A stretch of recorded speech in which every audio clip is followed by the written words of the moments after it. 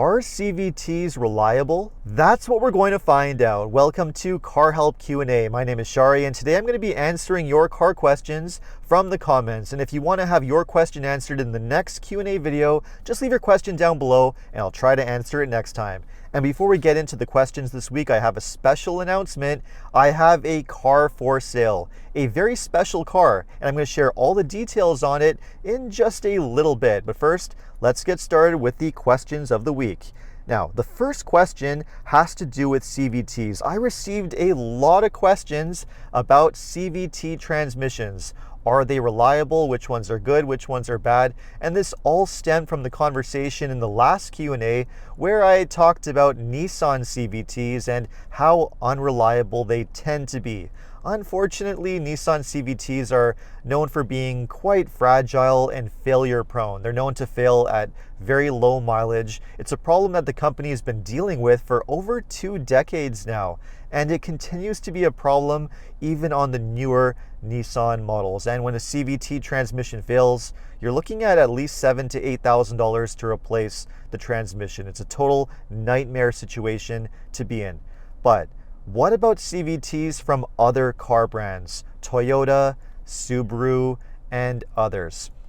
Well, I would certainly not generalize by saying that all CVTs are bad, because that's definitely not the case. There's good, there's bad, and there's a whole spectrum in between. Certainly Nissans are on the bad end of that spectrum, but on the good end, there are companies that know how to make CVTs properly. Certainly Toyota is an example of that with the Toyota Corolla and Corolla Cross. Their failures or problems with their CVTs are very rare in general, so they do seem to be well made, well engineered. They have a special launch gear for their CVT which seems to work quite well and help them last in the long run. Another company that does a pretty good job with their CVTs is Subaru.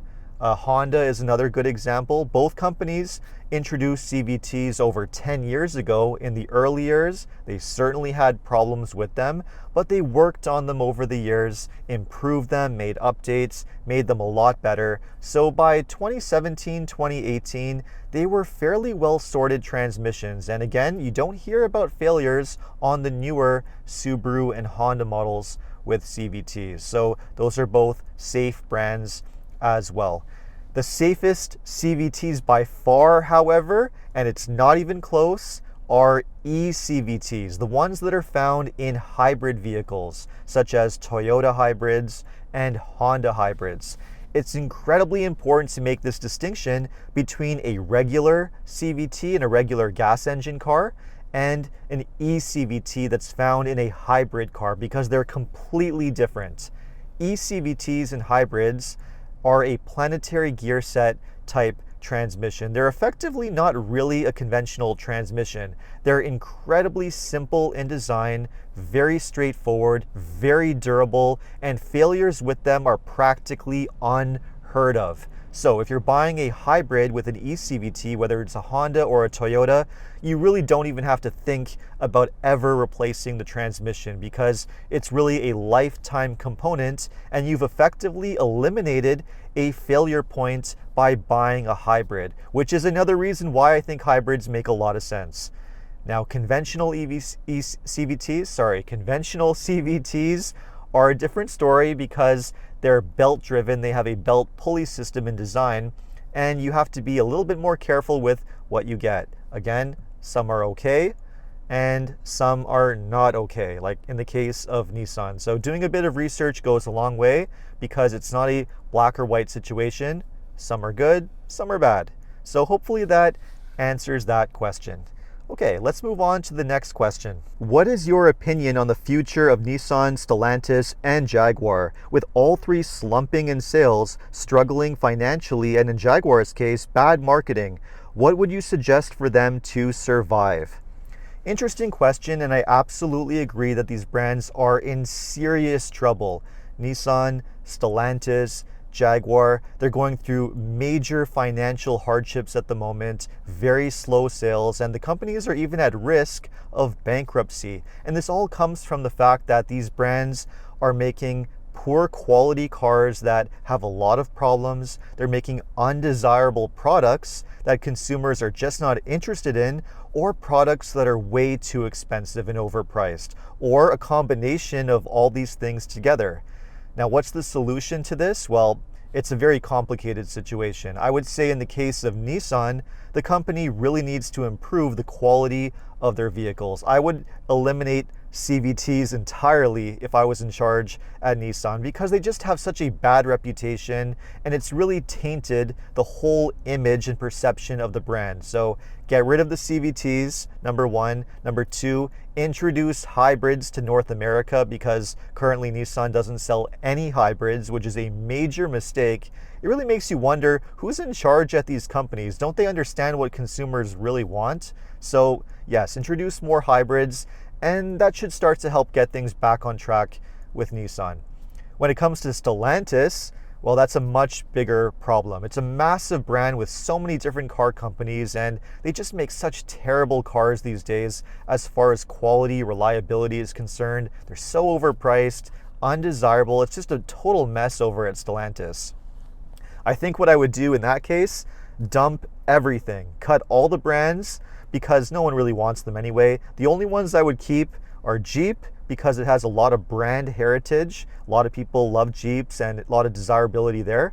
And Ram, because trucks are popular, they make money, they sell. Jeep and Ram are really the only ones worth saving as far as I'm concerned, and dump a lot of resources into making them as good as possible. Improve the quality, improve the reliability, improve the price point. Maybe then they'll be okay. Jaguar, totally hopeless. I don't see any future for that company whatsoever. No one's really buying them. Their future is going to be making electric vehicles, and at the very best, they're going to be a very small boutique luxury brand for a few people who want something that's unique and a little bit different. That's all they have going for them. I really don't think the company has any future, and really good luck to them. Too bad, because I really liked Jaguars in the past, but yeah, they don't seem to have much of a future, sadly. Okay, next question. Thank you for your channel. I find the content very useful. My question, in these modern times of tariffs and models being introduced throughout the year and supply constraints, is there a best time to buy a used or new car if you're not in a hurry? In my case, it would likely be a small SUV like the CR-V hybrid.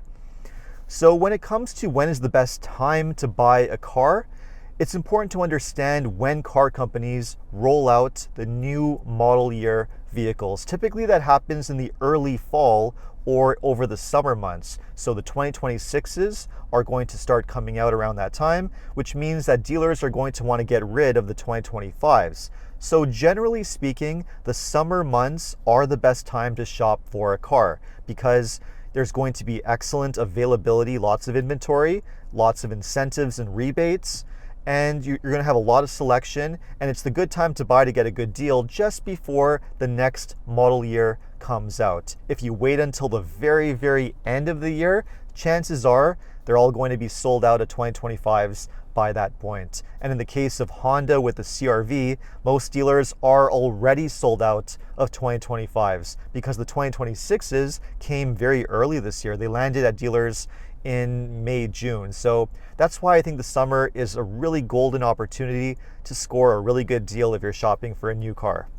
And on that note, I do want to talk a little bit about a car that I have for sale. Some of you might know that last year I purchased a 2010 Pontiac Vibe for one of my family members. I actually purchased it for my brother. It has only 68,000 kilometers, which is around 43,000 miles, very low mileage. It was owned by a senior who kept it in an underground garage.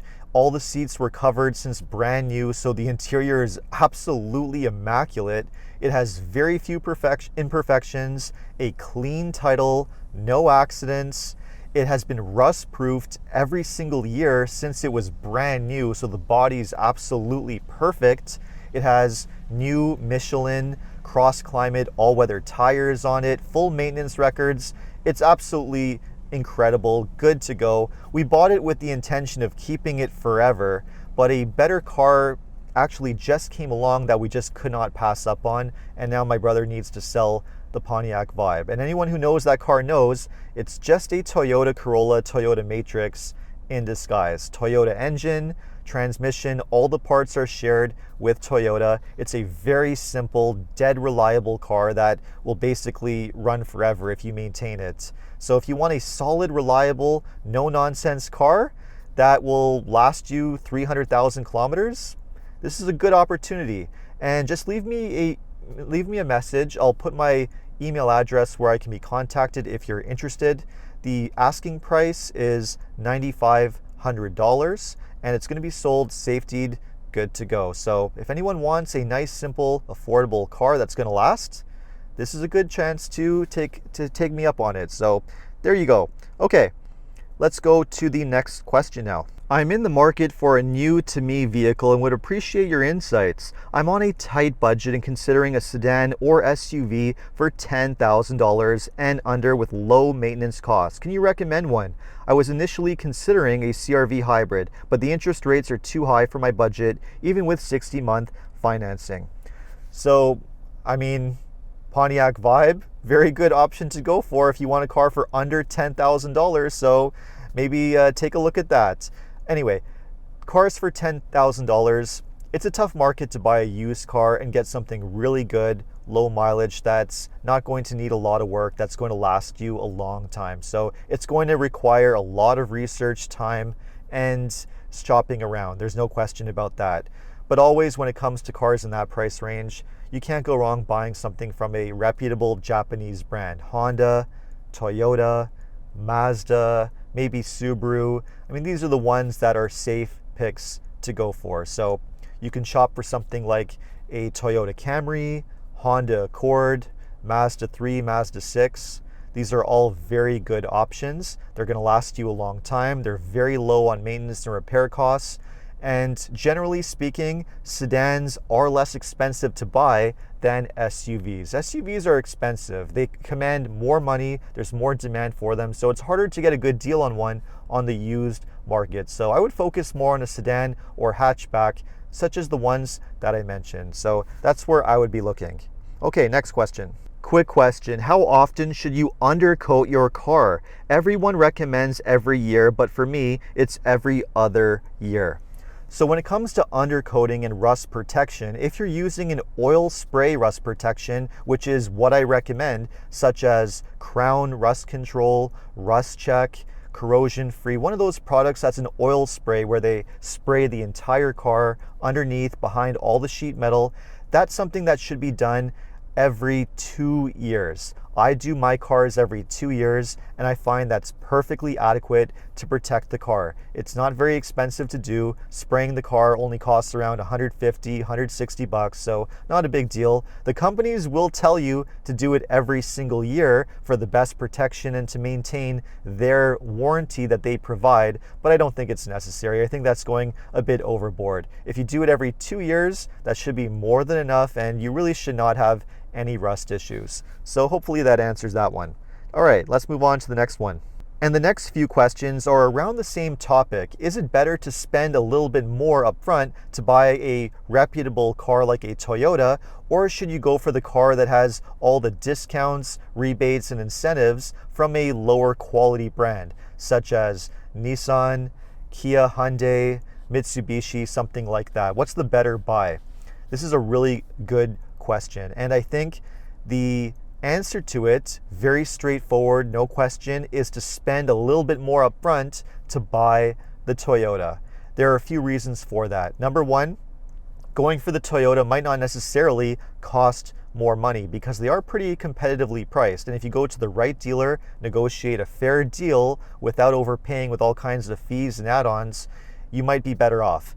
Number two, in the long run, the Toyota is going to save you a lot more money. It's going to be more reliable, even though some new Toyotas have some issues. Generally speaking, they are still one of the most reliable brands that you can get.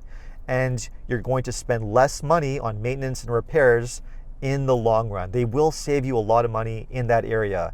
And then number three, resale value. Toyotas have unbelievable resale value. They command crazy money when they're older, whether it's 5 years old, 10 years old, even up to 15 years old. They're still worth so much money if you want to sell it or trade it in, compared to all those other brands that are basically going to be worth nothing after 10 years because they have no market value. There's no demand for them. They have all kinds of problems. You're going to spend more on repairs and you're going to be stuck with basically a money pit that's not worth anything. So never look at the initial purchase price alone. That's the big takeaway here. It's not what you pay up front that matters. It's what you pay overall when you add up all the costs. The purchase price, the cost of fuel, the cost of maintenance, repairs, and depreciation. And when you add up all those things together, the Toyota is the one that's going to save you the most amount of money and cost the least amount